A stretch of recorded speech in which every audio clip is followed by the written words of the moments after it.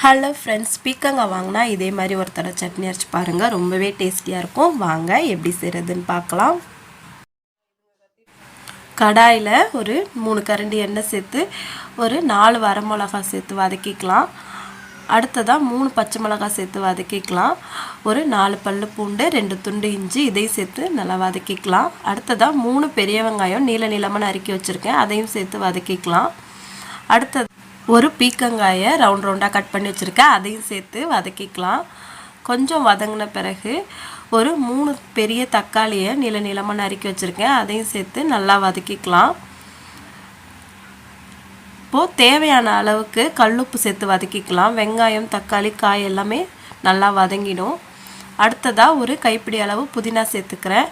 எல்லாத்தையும் நல்லா வதக்கிட்டு ஆற வச்சு மிக்ஸி ஜாரில் சேர்த்து நல்லா நைஸாக அரைச்சி எடுத்துக்கலாம். இந்த அளவு நைஸாக அரைச்சிக்கோங்க. அடுத்ததாக அதே வாணலியில் தேவையான அளவு எண்ணெய் ஊற்றி வடகம், கருவேப்பிலை சேர்த்து தாளிச்சிக்கலாம். தாளித்ததை இப்போ சட்னியில் சேர்த்து கலக்கிக்கலாம்.